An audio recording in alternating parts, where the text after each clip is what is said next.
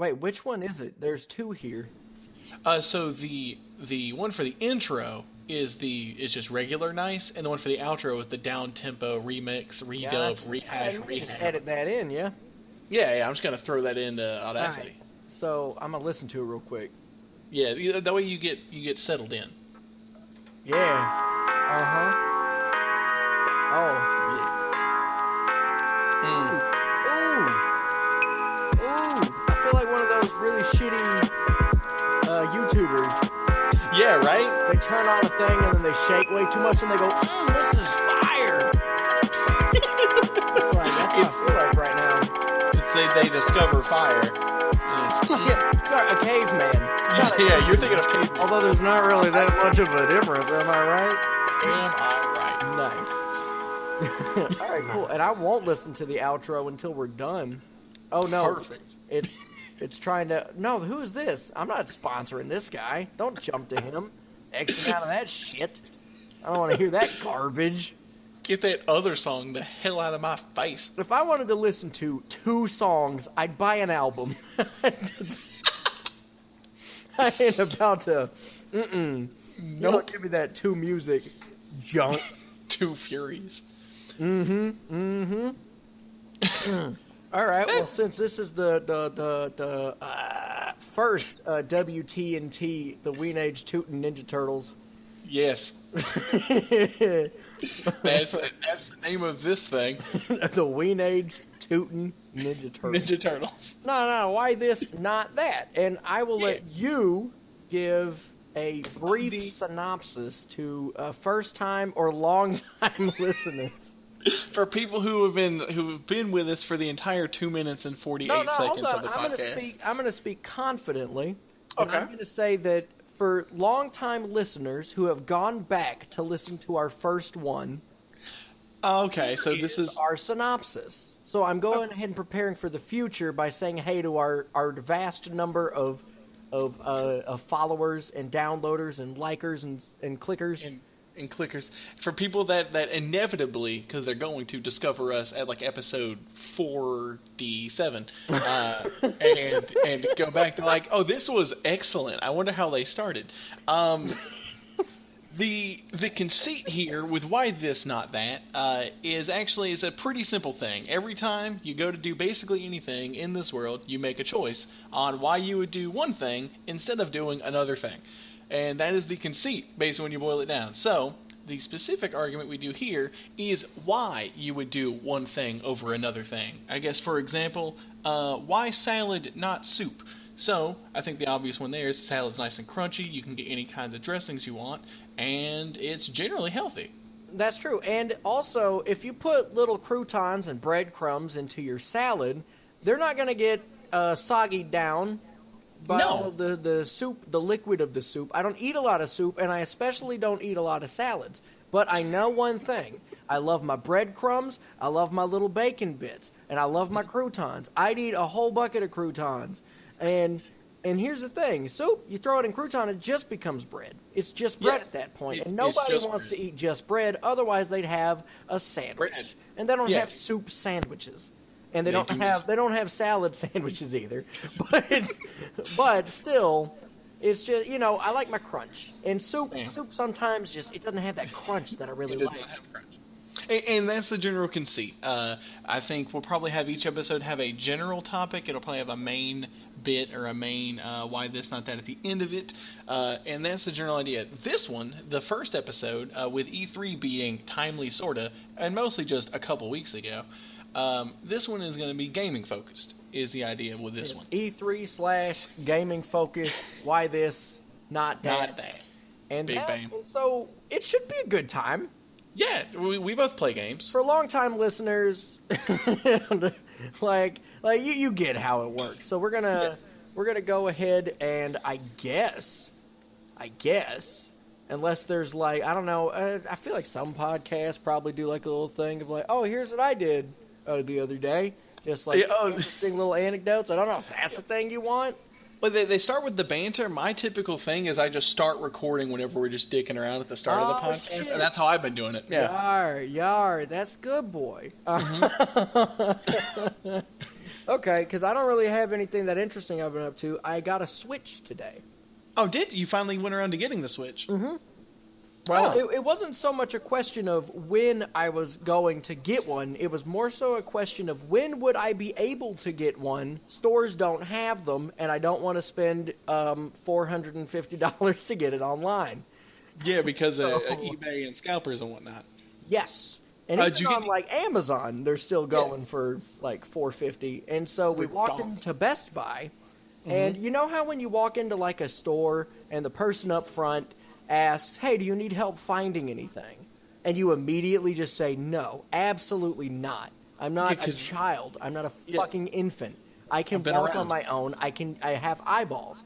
So I go into Best Buy, and I go to the video game section, and there's no Switches around. And I said, shucks, there's no Switches here. So I guess that I'm just going to leave.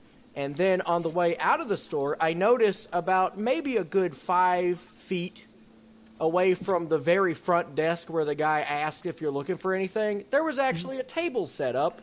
With Nintendo Switches? With a sign that says, Nintendo Switch now in stock. And just 2 right there. Next to where the guy was sitting. And it was the only time in my life that I was just like, wow, maybe I should have just said yes. Yeah. I could have saved a good, like, 5 minutes from walking around in that other section. But then I started thinking, well, wouldn't that have been embarrassing, though? If I said, I need help finding a Switch, and then he just points. And it's right there. It's right there where I'm walking. It's actively in your way. The fact that I didn't see it is just bad no matter how you slice it. Yeah, and so double-edged sword. Which, since this is a relatively kind of debate show, which one would you have rather have had happen? So it's why go all the way to the back of the Best Buy, fail to see a Switch, go to the front and then see one, even though I was offered help and could have found it quicker, and not ask for help in the first place and have him point out something incredibly obvious. Yeah. Okay. I'm gonna say because I feel like the core issue here is pride for sure. It is because you have a Switch, so the objective was still accomplished. The main thing is now you appear to this person in a polo at a Best Buy to be like a literal child. Oh, but here's the thing: the people up front always wear like the dope ass yellow ones. They do wear the yellow ones, and the ones walking around the store are the little plebeian blues. Walk around underneath the eyeballs of the man. True. And they don't get the yellow. See, I kind of respect it a little more. Yeah, because it separates them. I would say, I would definitely. I think I would rather do the second one. I'd rather go the hey, where's this thing? And it's right there. Like it's so right there that I probably would have physically run into it had I continued just walking.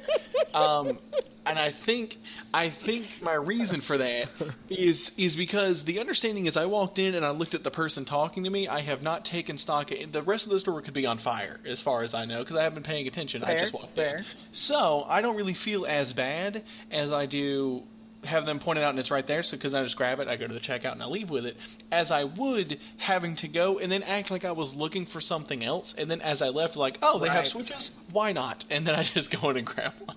Well, and here is why I wish I would have done the second one. Switches are high in demand, and the time it would have taken me to walk to the back and gone up front, since there were only 2, any of them could have been gone.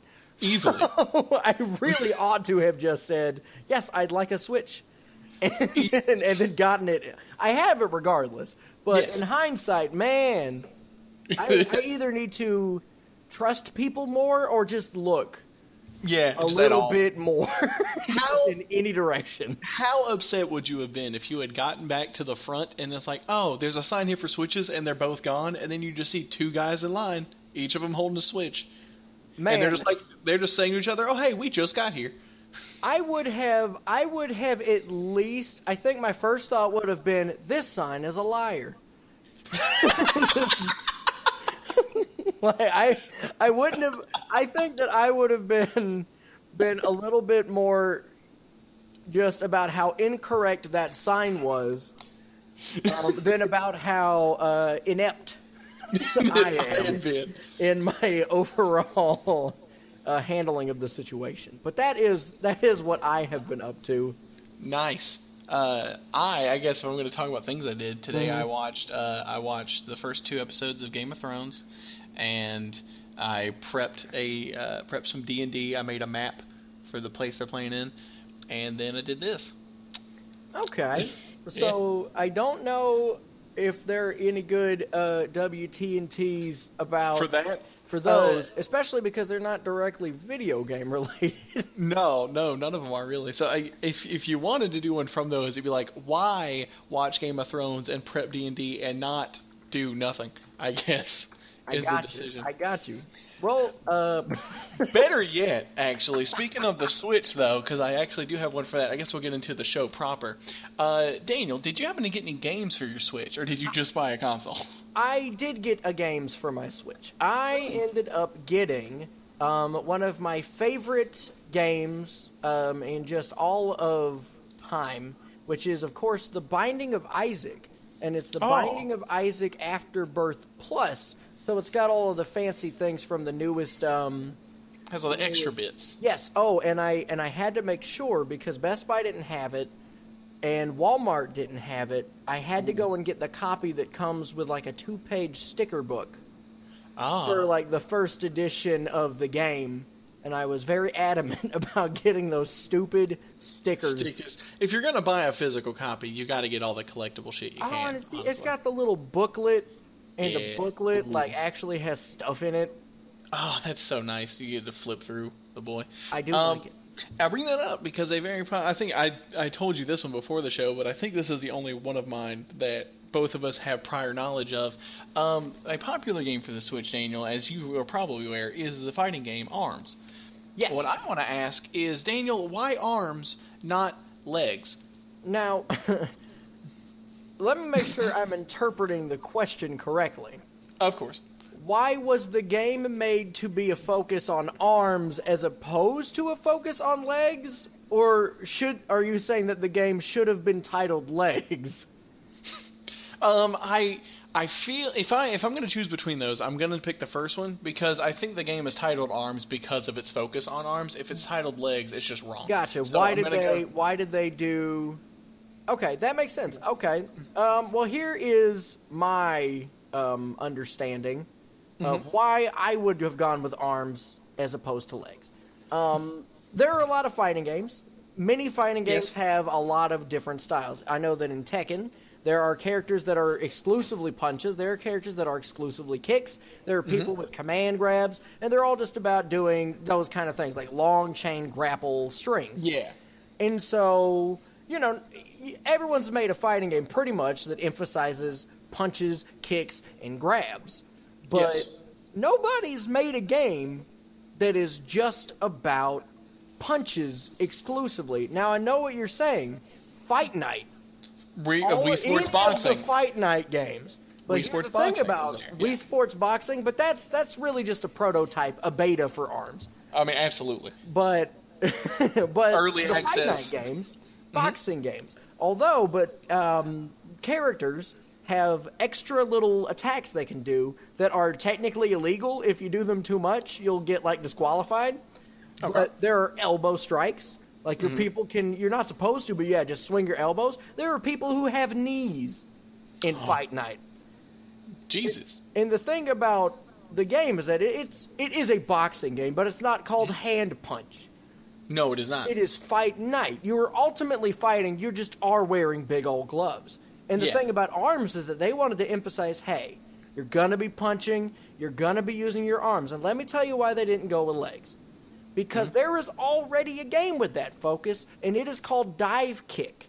It is an indie fighter, but it was very, very popular on the Twitch scene for a little while. And although it was very simplistic in the fact that it only did kicks, it is the most widely successful kick-based fighting game with exclusivity to kicks. And so you think they would have been setting themselves up for failure by going up against an established... Because they're already going up an established franchise, that's right. And there are currently no other arm-based fighting games. And I actually think that might be true because there hasn't been a Fight Night in a while. And the MMA games are all about, like, there's some mat wrestling. That's all about your entire body. That would just be called bodies. And here's the fun thing about it. Here's the fun thing about arms is that they're not... They're making arms just up as they go. Like, because there's a character whose whole deal is that, oh, my hair has arms. Yeah, and she just kind of floats. There's the one dude who has, like, DNA strands are arms. Yeah, DNA strands are arms. And the thing is, you could say, no, those aren't arms. That's a double helix. What's the game called? The game is called arms. Those are arms. Like, just because someone else is changing the definition doesn't mean that they're wrong just because you're small-minded and you don't want to let other people get the upper arm. Solid answer. I had not even considered that dive kick is functionally legs. Like, if they were going to release a game called Legs, you just re-release. It is pretty much the thing. Although, I'm going to let you also get in there, but then I have a thing that I am going to say once you get done. Oh, for the thing, because my whole consideration, I had talked to you about this previously when I brought it up, is my thought is just the advantage of legs is, one, I feel like legs hit harder. And they could have added in Hitmonlee, but really that's it. And I think I have to concede this point because it's with knowing again that dive kick exists. That just kind of is a trump card in the idea of releasing a game called Legs in 2017. That's like, true. For sure. And also, here's another thing about going with Hitmonlee is the kick one. Yes, Hitmonlee is the kick one. Is that I don't know if you've noticed, but Nintendo is usually pretty good about doing their little crossover things. But one thing that never gets to just make full-on crossover, aside from Super Smash Brothers, is Pokemon. Pokemon is just held tight by Game Freak, and they don't get to do a lot of crossover. So the chances of Hitmonlee actually showing up, like you're better probably hoping for Hitmonchan. I am better yet hoping for Hitmonchan because it's called ARMS. It is called ARMS. But you get my point. They don't do that.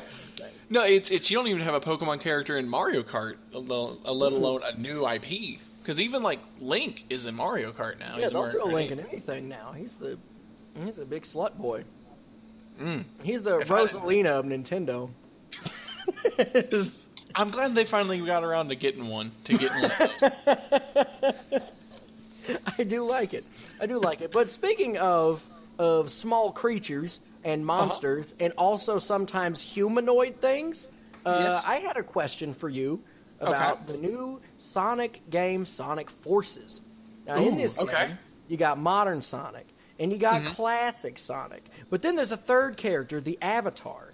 Yep. Which is your own created character. Now, among these types, there are cat, dog, bear, bird, hedgehog, rabbit, and wolf. So my question to you is, why rabbit? Why not cat, dog, bear, bird, hedgehog, wolf? Oh, God. See, this one, I feel like you played right into my skill set on this one. Because here is the thing. Let me just have a Wikipedia page open just so I'm fully prepared with my prep shit, because I'm gonna need to be if I'm gonna come with the realness.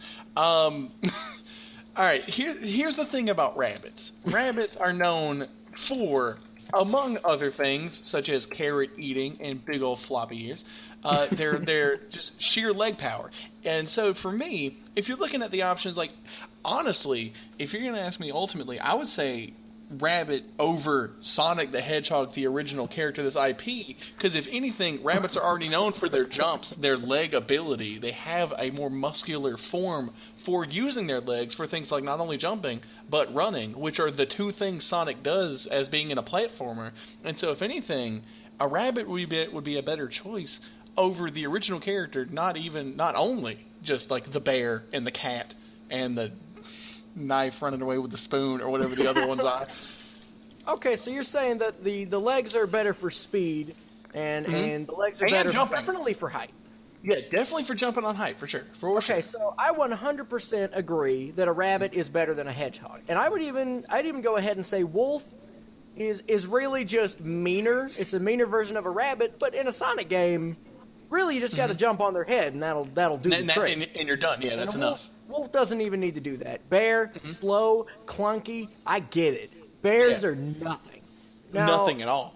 In a dog, I've seen dogs catch rabbits, but if a rabbit jumps high enough, it can get away from a dog. Now, here's the thing. If you look at dog races, and they have to have like 9 of those dogs to chase one rabbit.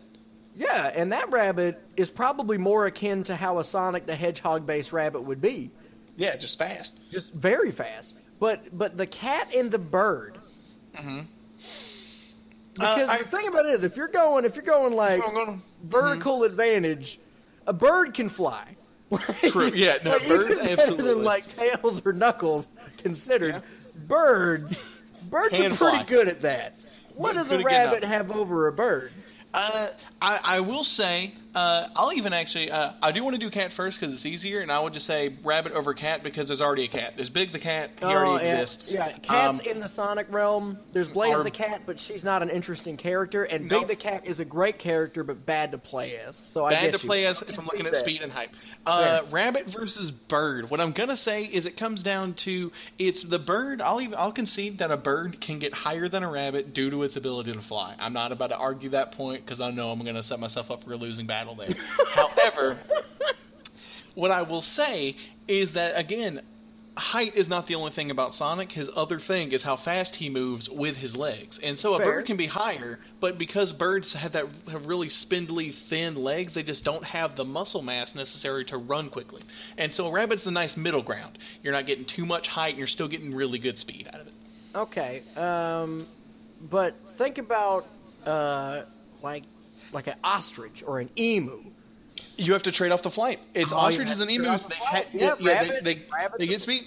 All right, it's a better middle ground. It's a better middle ground. And so here's I actually had one similar to that, so I'm gonna hop to that one for my next one. Oh wait, hold on, real quick. Okay. What would you name? What is the name of your rabbit?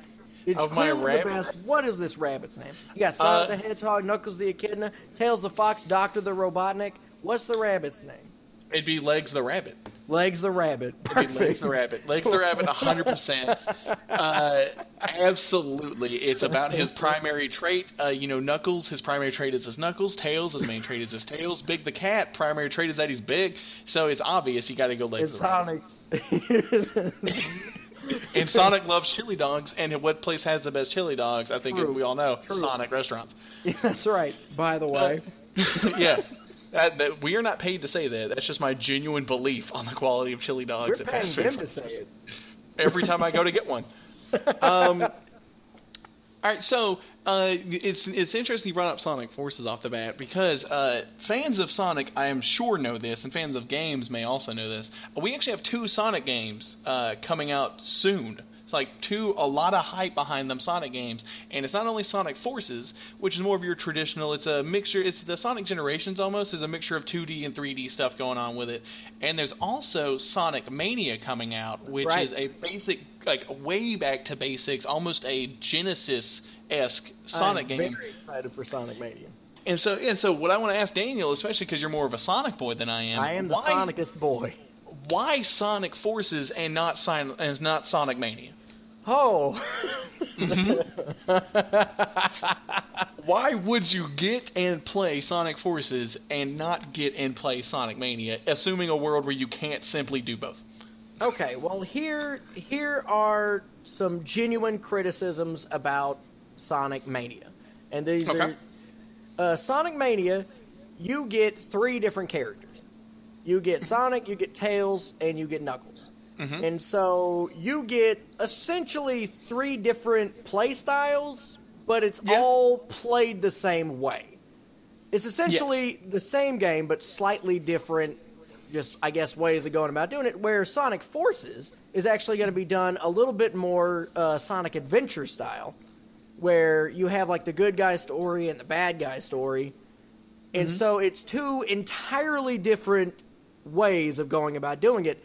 Not to mention on the fact that, Sonic Forces also has 3 characters, but in the 3 characters of the in the avatar by himself, you're getting cat, dog, bear, bird, hedgehog, rabbit, wolf, each with unique abilities.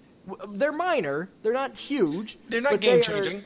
But Tails and Knuckles and Sonic, they all play pretty much the same with some minor differences. Mm-hmm. And so you're essentially getting in the avatar as many different play styles as Sonic Mania is going to be offering. Yeah. And then just in one character. And then if you like the classic game style in Mania, classic Sonic does that. That's how he's going to play. He's going to play like Mania will. Yeah.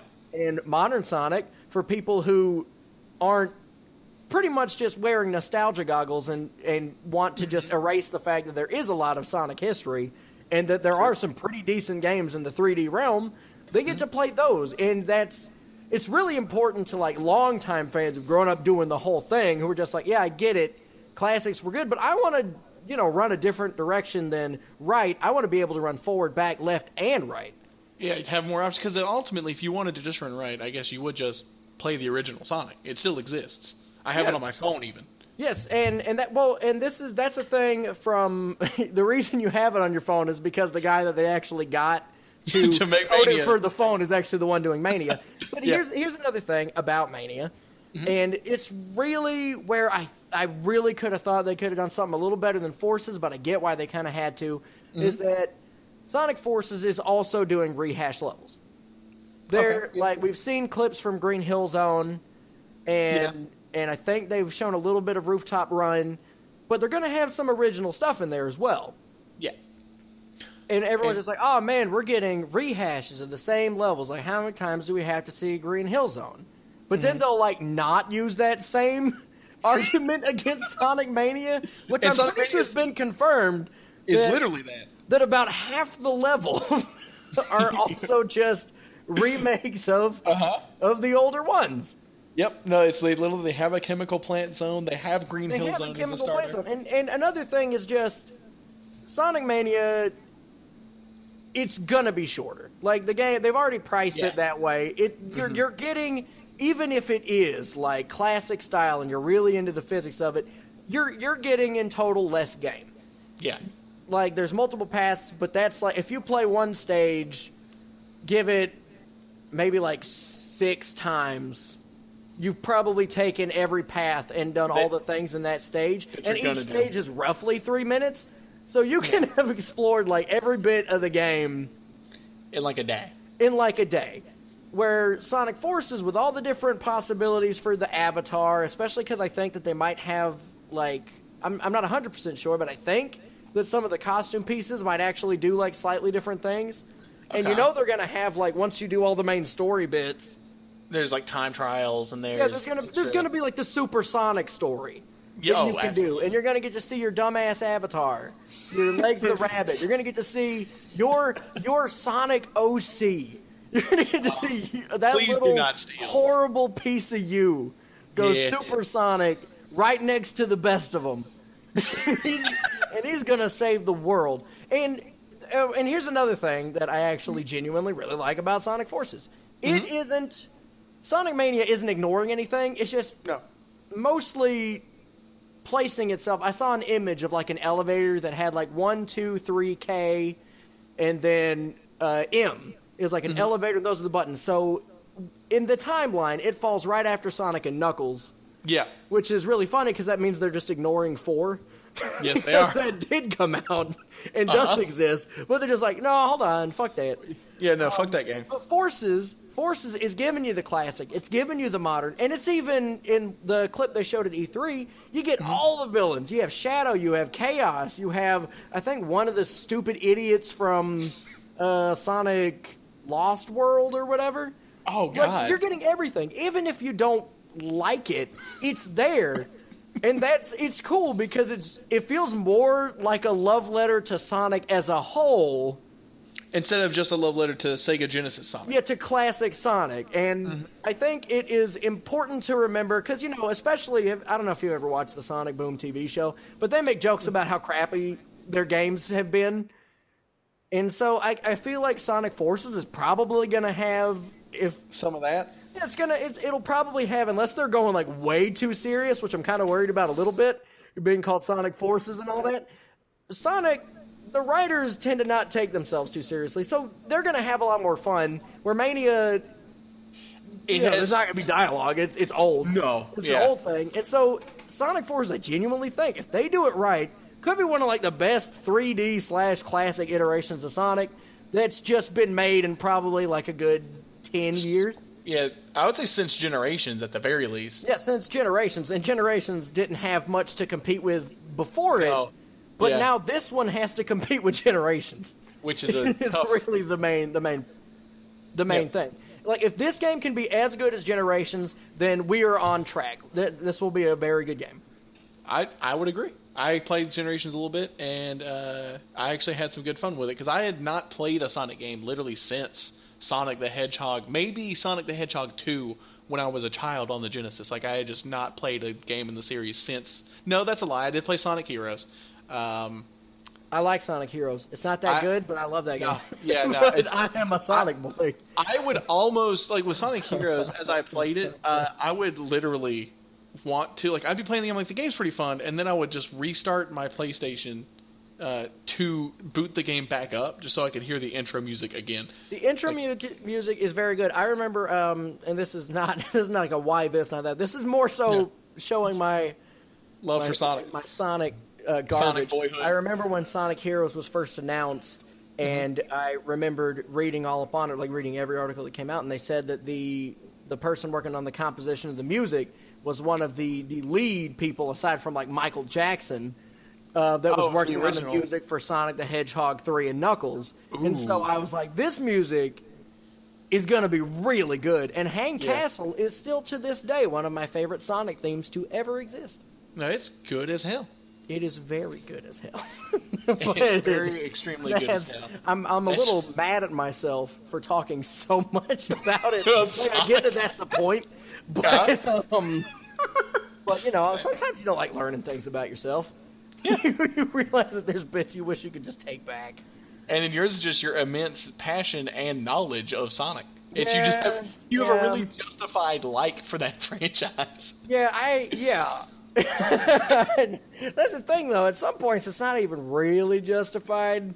But and that's the worst part, where you get it. Like, if people are in front of me screaming and saying, "That Sonic's awful," like, I will not question them. I won't argue. I'll just say, "Oh, you're right. I like it though. This is very good stuff. This is good stuff." Before I started ranting, I actually had a pretty good.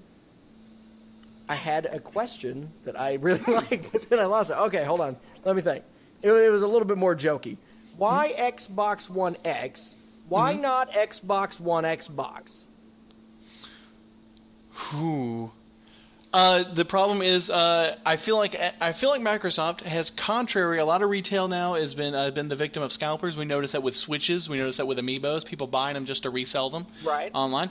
The problem, the kind of double-edged sword with those people is they don't help your business with selling it to people who actually use it, but they do come in and buy consoles. So I feel like if it's called Xbox One Xbox, you're going to have a lot of confusion, because they're going to want to buy 20 so they can sell them later. And if they keep having to say Xbox One Xbox, like, okay, you're wanting one Xbox? No, I'm wanting 20 Xboxes. And they're like third base, and that just creates a whole bunch of confusion that you don't want when you're trying to complete these transactions.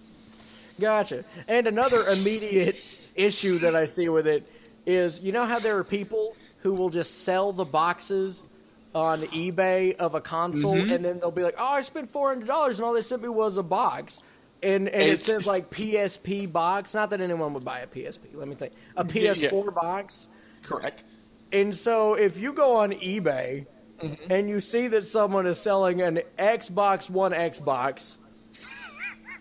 Like, they're literally just letting you lead sell it that people way. Astray. And sell them boxes. Or you could just say, like, Xbox One Xbox box. And at that point, people are still going to be like, surely that was just a typo on their part. Because the box is there so many times. I know, it would be a bad marketing strategy, but that's what I'm hoping for. Or I'm hoping that they do the Xbox One Xbox 360 for the next one. Oh, that'd be so nice. Is what I'm hoping. But yeah, that was my question pertaining to the Scorpio Xbox X conundrum. Xbox One X. Xbox One X. Okay. Yeah, it's Xbox One X. Or just when you come to buy it, it's just new Xbox. It's just a new one. Yeah, you just say, I just want the new Xbox. And they're like, the Xbox One X box. Yeah. Gotcha. I just want the box for it. I just want the box. I don't think they sell those in a store. They shouldn't. Good. All right, what's next? What's next on the dick? All right, let me see here. I'm on a roll. Okay. Which one of these do I want to do? Because I actually have a good amount of. All right. Here's the thing. So this is a trend I've noticed. It's done a lot in Ubisoft games, but it's done a lot in other stuff as well. Where you have like your Far Cry games, especially with Primal. There's a lot of animal companionship going on in a lot of these popular AAA games. Oh no. In Primal, you had the saber-toothed tiger, you had an owl that could help you out. In the new Far Cry game, Far Cry 5, you actually have a dog that can help you out in some combat situations. In the new Assassin's Creed, there's actually an eagle, which defines why it's called Eagle Vision in the franchise. There's a whole bunch of things, because I think people have realized that people like playing with animals in their games. People enjoy animal companions in these things. Yes. My question, though, Daniel, is... why animal companions in this style if people like animals so much, and not a sequel to the PS2 game Dog's Life 2?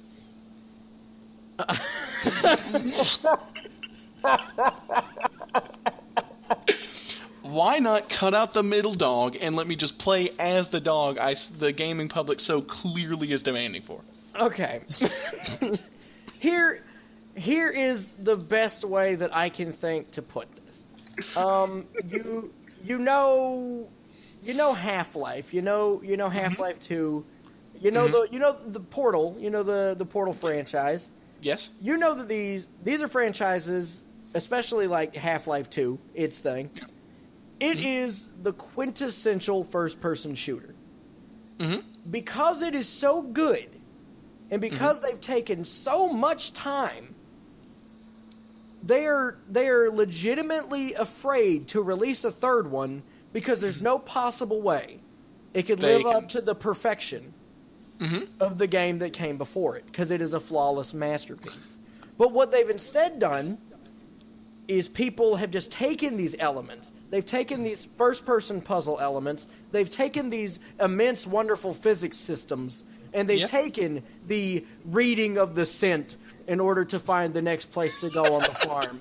They've taken these things, and instead of just outright doing it worse, they've just tried to put it in new settings. And that's what these animal companions are for. Because, like, you can't...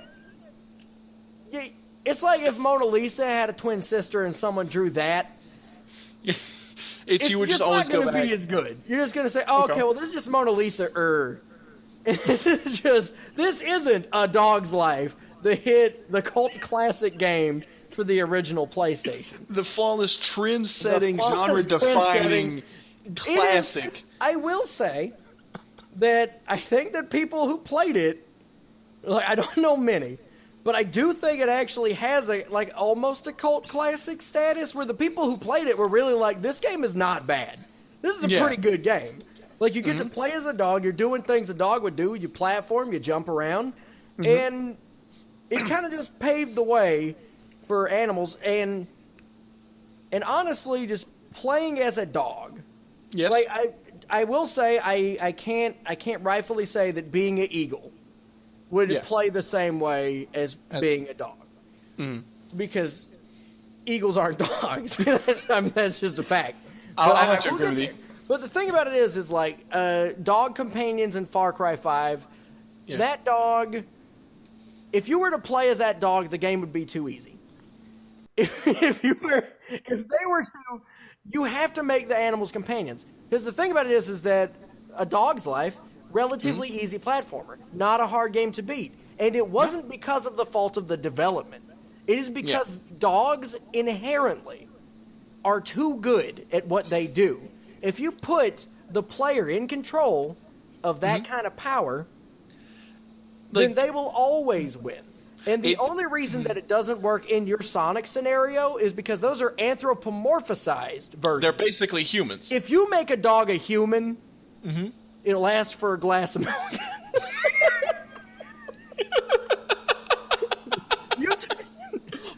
take away everything that makes a dog good. You take away all the best parts of the dog. So the only way that games can truly be played and you can give any challenge to the player is if you don't let them play as dogs. As dogs. That is the main reason why A Dog's Life 2 can't be released. And we have to settle. And we have to settle this for animal companions. Such as in Far Cry Primal with the saber-toothed tiger. That's just a worse version of a regular dog, honestly. That's a worse version of a domesticated A saber-toothed tiger is just a dog that hadn't yet evolved into just being a regular farm dog. Named Jake with a fucking it was his name, big old yellow J. That's really...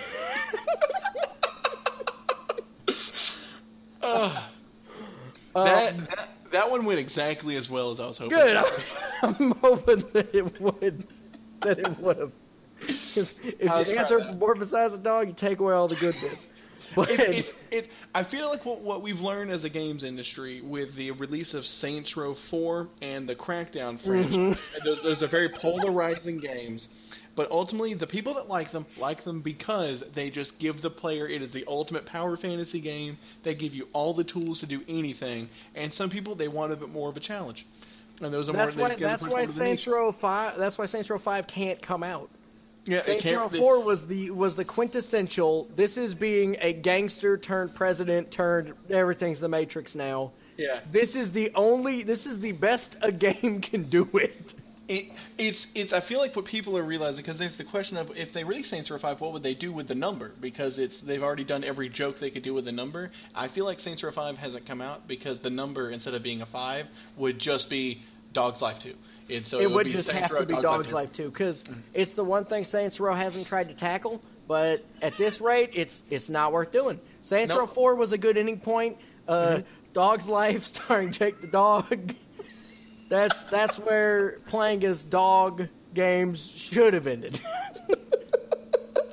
And so far, it is where they have ended. And it is so far where they have ended. Speaking out loud, in E3, there was a fairly big, I guess not really announcement, because it was announced with just a picture. Okay. And this picture contained a man with a red hat, a man with a green hat, a rabbit with a green hat, and a rabbit with a red hat. Mm-hmm. And then there was Yoshi, and then there was Peach, and then there was a rabbit that was Peach. Uh-huh. And all we got was an image of these people standing next to each other with arm guns. Yes. And this game was called Mario and Rabbids Kingdom Battle. It was indeed. And it was finally had some gameplay shown off at E3. And it is a turn-based tactics game in the same vein as the XCOM franchise. And so Very you know exactly what this question is going to be. I feel like I Why? Rabbids and Mario Kingdom Battle. Why not XCOM 2? Why? Okay. I will ask for specificity. Am I answering this question from the point of view of a developer or from the point of view of a gamer? This is of gamers. Okay. Why get this one and not this one? You know, I played XCOM. I played XCOM Enemy Unknown and XCOM Enemy Within pretty extensively. I have yet to actually play XCOM 2, which is why I think I'm actually a perfect person to answer this question, because I'm a clean slate as far as it goes to XCOM 2. That's the main reason I asked, apparently. Yep. But I do have, but I have enough prior knowledge of the systems to make an informed decision here. Mm-hmm. Here's the thing. Anyone who's played XCOM, Enemy Unknown, Enemy Within, and I assume XCOM 2 from the reviews that I've seen for it, will tell you the best way to play that game is your characters that you use, the soldiers you send in the fights, have permadeath. If they die in a fight, they die forever. And you can customize their appearance. You can customize all their names. Anyone who has played those games tell you the best way to do it is you go in, you name everybody. You name them after your friends if you want to do I did, which is what I did. And you go in, and then you have these really good emergent stories about how Your friend was it your brother Lenny. I had Lenny in mind, and he was a sniper, and he was doing it. He was doing super well over a series of missions. Each one of them had close calls, had a lot of tension. They were friends of his that I got to see him save the lives of during fights. I then had another sniper character. I forget what his name was, but it's he and Lenny were in fights together, and they adopted like a mentor-student kind of relationship. It's Lenny was the established sniper, the other guy was the young rookie. He was the young rookie being taken under the wing. And then there was one mission. I remember they were on a blown-out bridge, and Lenny was staying back as a sniper, as his training had taught him. He was staying back, he was laying on cover and fire, he was doing a pretty good job. The young rookie had to go a little bit forward just to keep placement, just to keep good different sight lines on, because even though Lenny was in a good spot, he couldn't quite cover the whole field. So whenever the young rookie went away, some of the aliens had come up behind Lenny, and they had started to attack him. With a sniper rifle, not much he could do. The young rookie was able to get there and take out the aliens, but not before they had killed Lenny. It was very tragic, very emotional, very kind of trying experience. And here's where I think Mario plus Rabbids Kingdom Battle can really innovate in this area. I think I know where you're going. Because here's the thing, as meaningful as that was, because I had seen Lenny go through matches, I had seen him go through things and do a lot of really important stuff, and then I had to feel that tragic loss, but it was very visceral. As much as that felt, and much as that was impactful to me, Lenny as a video game character had only existed for about 3 days. Mario, Luigi, Peach, Yoshi have existed and gaming since like the 80s. Yes. Going on 30, going on 40 years. How much more impactful do you think it's going to be when you're moving Mario to a position and it's the best move you can make at the time? It's the only one that makes sense. You're cornered. And a rabbit comes out. But then a rabbit comes out and goes, wah! And then it blows his head clean off. You see Luigi get there. Luigi gets there. He's able to take out the rabbits. The mission is completed, but at what cost? And it doesn't just have this emotional context for 2 or 3 days and your friends. It's with major established Nintendo 40 years of history. Billions of dollars Nintendo's gambling on this game. On the off chance that someone has Mario die. Because if Mario dies in this game, again, permadeath, he is done. Mario the plumber, Nintendo icon, gaming franchise maker is out. And that kind of tension you just don't get from XCOM 2. I don't care how hard XCOM 2 tries. You just don't have that. You don't have that in it. Oh. Oh.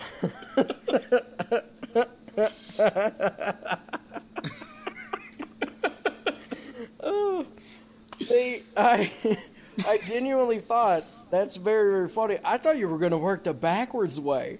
You were going to say, because XCOM is so emotional of an investment, like sometimes you don't want to always have to feel that heartbreak. You want something a little lighter. And so in Mario and Rabbids, you get these 4 fucking no-name Rabbids that you just send out and they die, and you don't have to feel a thing. You can just watch them die and go, oh, okay. And you keep playing. Yeah. It's like, oh, I made a mistake. I'm glad that I protected the characters I care about with these rabbits I'm throwing out. But I think both are valid answers. Yeah, because here's the thing. Mario plus Rabbids Kingdom Battle, you have both options. XCOM is only going to give you the one with friends of yours. If you complete a match with anyone alive, you're already getting too invested in those guys. Yeah, it's already too much. Yeah, here it's like, oh no. Yeah. And so here you have the games have like a hard mode, games have like a cutthroat mode. Not many games have you could literally kill Mario forever mode. Not enough games have that as an option because the stakes have never been higher. And the best thing is that if there's a sequel and they follow true to what the people who did XCOM did, because what they did with XCOM is they actually looked at what the completion rate of the game was among their players. And it just turned out that most of the players lost. So in the sequel, they designed around the fact that we lost the first invasion. And so if in the first game, it turns out like Mario died. Yeah, in the first one. He's not even in the second one. It's just blank and Rabbids Kingdom Battle. Kingdom War. And it's just... you get a blood-covered Luigi wearing Mario's hat. And so you're already setting yourself up for a beautiful sequel.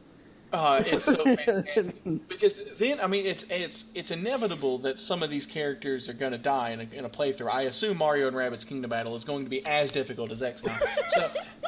So you're gonna pull up 2, and so you're like, okay, Mario's dead. Yoshi's probably also dead. I misinterpreted how the egg move was going to work in the game, and he turns out he got his head shot off. I didn't plan for it. And so that means in 2, they're going to go really deep into the Mario lore, because they're going to have to start bringing out more Mario characters. We're going to get Hammer Bros. Birdo's going to come back. We're going to get Hammer Bros working to defend against the Rabbid hordes. We're going to finally learn what Waluigi's character fucking is for once. Like, we're going to learn all this new stuff. He dies in a cutscene.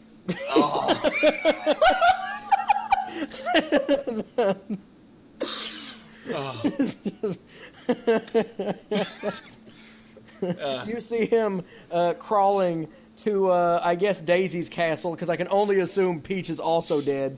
You see him crawling, bloodied, saying, like, dragging, like, Peach's dead body behind him, and saying, "We didn't win," and then he falls over dead, and so Daisy and Wario and Bowser, of course, naturally, bring back Geno, whatever, I don't care. I don't care anymore, I'm done. I'm over it. I'm over it, but the sequel will be great.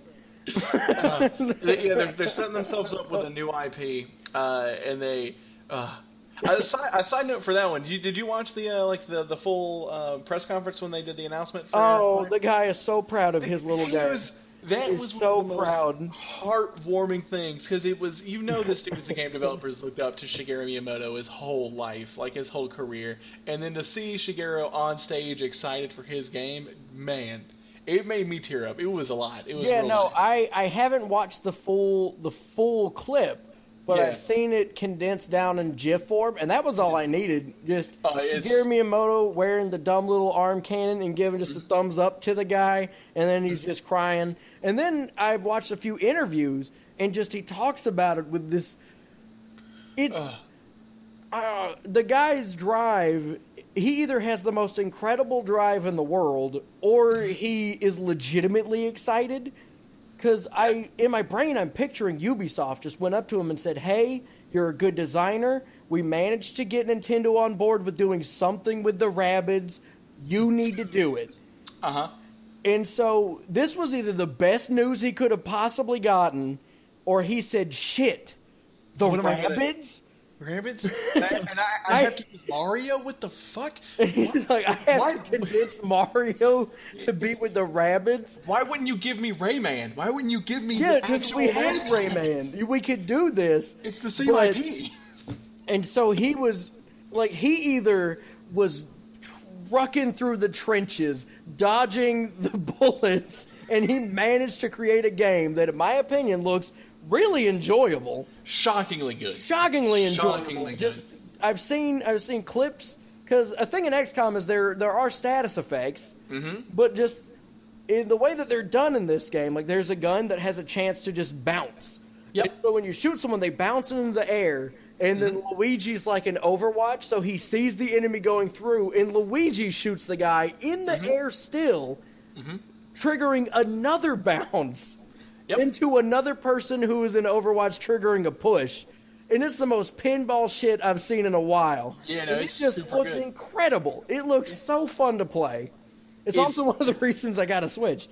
Yeah. I'm not going to lie. I'm going to be getting that game. I bought it primarily for Kirby 2018. But I'm going to get Mario and Rabbids Kingdom Battle. The game looks good. The developer looks like he's really, really excited about it. Oh, and a thing for genuine, like, I'm trying to sell this game and I don't know why, but they actually did an interview with the guy who worked on the XCOM games, like new ones. Oh, okay. And they asked him, they said, "What do you think about seeing these mechanics being used in this game? Like, what did you think? Because did they contact you and let you know?" He's like, "Oh no, I was just kind of asleep. And then people started blowing up my phone, and I was watching it, and all I could think of was, wow, they're doing some really cool things with. And the guy's just like, because I didn't make the original XCOM. I'm not that old. Like, I've just got to work with the IP.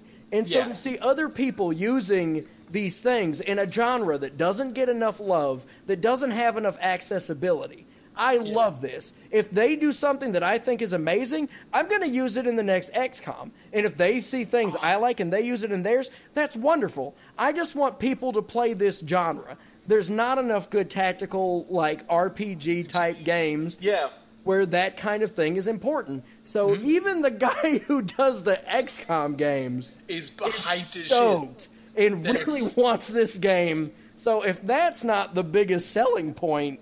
Yeah, I don't know what is. Yeah, I don't know what to tell you. And also, it's just a better game. That's why I was saying why that one, not the other one. Yeah, obviously. So all the jokes aside, there's a lot of cool stuff, genuinely, I think, to be excited for. Oh, yeah. But that was my main big, serious one. Okay. I guess then we'll actually wrap up, because I have one more big serious one. We should be able to wrap this up actually in pretty decent time. So my last one. So for me, we did this just kind of as a casual thing on our Facebooks and whatnot. But we did like I did my top announcements from E3, and my favorite thing from E3 from an expo, a bunch of press conferences about video games, was the trailer for Beyond Good and Evil 2, which on its face is contradictory. So it's because it's clear you'd want to see a game, you'd want to see gameplay, all that kind of stuff. And of course, now we have actually seen gameplay for it. But I want to know, Daniel, because this isn't a thing that's just with Beyond Good and Evil 2. I'm not the only person getting hyped off of just cinematic trailers. Why, Daniel, do you think, why trailer for a game and why not gameplay at a place like E3? Like, why would you show one and not the other? Well, at a place like E3, and my first answer is going to be just pure statistical answer. I will say, I'll say as a caveat, assuming you have the ability to provide both. So this isn't a situation like where you don't have gameplay to show. It's you could show either one. Why would you show trailers over gameplay?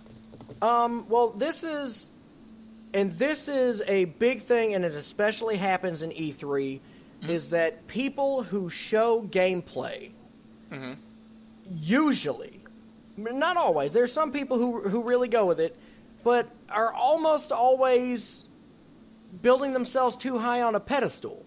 And this was the case with a little bit of Siege. I remember when the trailer for Siege, or the gameplay videos for Siege first came out when it was first being announced.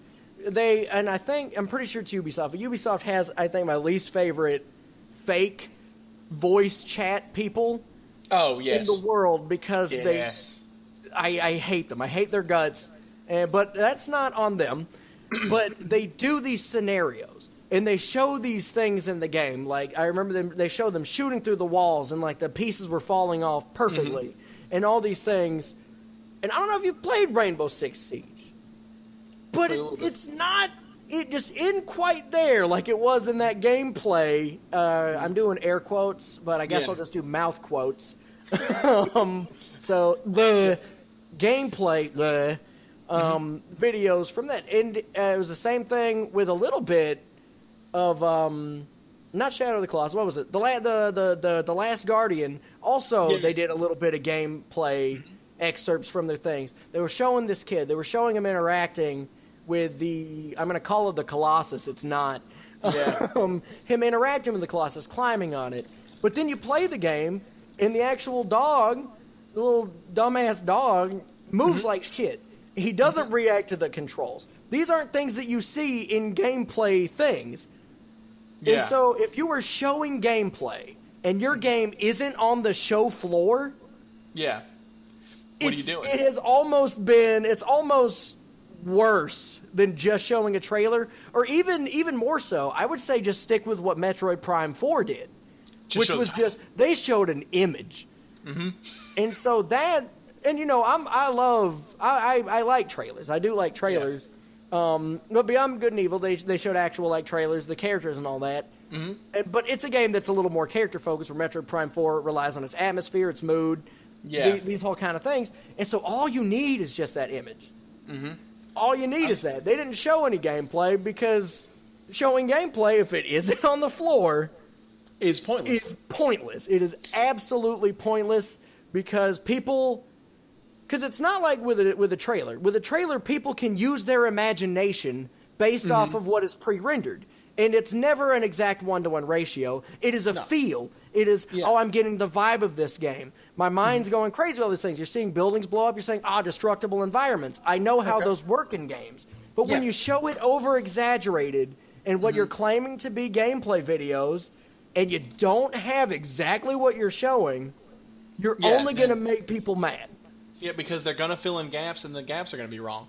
That's right. And so trailers and I do like gameplay, but honestly, gameplay videos I don't really care about. Just give me a demo. Let me give it as a pre-order bonus, because people can cancel their pre-orders. If you give it as a pre-order bonus as a demo, and people are just like, wow, this is good shit, they're not going to cancel.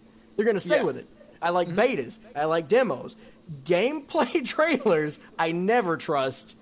Just in general, showing gameplay is trash. And I feel like, just piggybacking off of that, I think you actually touched on it. So, like, with Beyond Good and Evil 2, because this, piggybacking onto that, because it's Beyond Good and Evil 2 was the only game in all of E3. I watched Bethesda's conference, I watched EA's, I watched Sony's, I watched Nintendo's, I watched Microsoft's conference, I watched, like, every conference that I could. I only jumped out of my seat out of excitement at Beyond Good and Evil 2, and here was my thing. Beyond Good and Evil, the original game, is a cult classic. I played it when it first came out. I just got it randomly at a Walmart. I didn't, research it. I just bought it because I thought the title was cool, and I played it and fell in love with that game. Here's the thing with Beyond Good and Evil.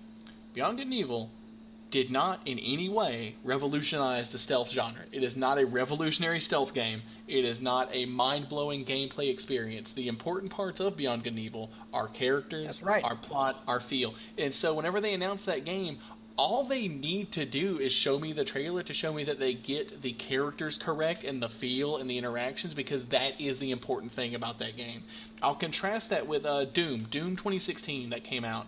The important thing with Doom, because they came out with Doom 3, and Doom 3 probably tanked that IP really hard when it came out, because it had the demons, it had the rock and roll, whatever, but it was almost like a horror game. It was almost like it was a scary game.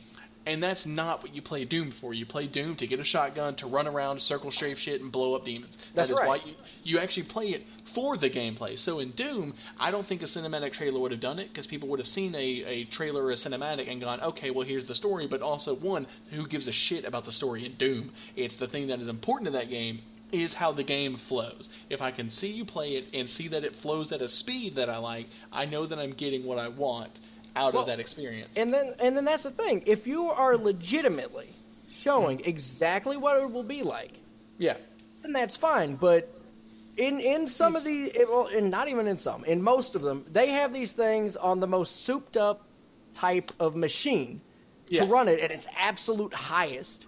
Yes. And they're and when you put it on consoles, they don't run that well. The consoles just are a little underpowered, and it's not a bad thing. I'm not like a frames per second thing, but there are people who are. And so if you're showing the gameplay and you're like, wow, Doom's fast, it looks good, it runs smooth, and then you get it on a system and it is going 30 frames per second, you're still you're being led astray a little bit. Yeah, even then, if just one aspect of the game is different than a thing you thought was super cool in the gameplay trailer, then you're going to be upset. Then you're going to just be disappointed. It's like No Man's Sky, when it was showing its gameplay footage, it was showing a lot of things.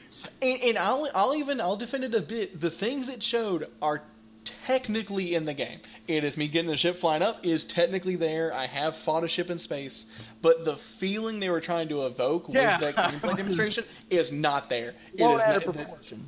It is a barren wasteland of infinite planets, just like the real universe. I will say, to go against even my own point, because I genuinely like trailers more. And the reason I think it works for Kirby 2018 is because it is Kirby.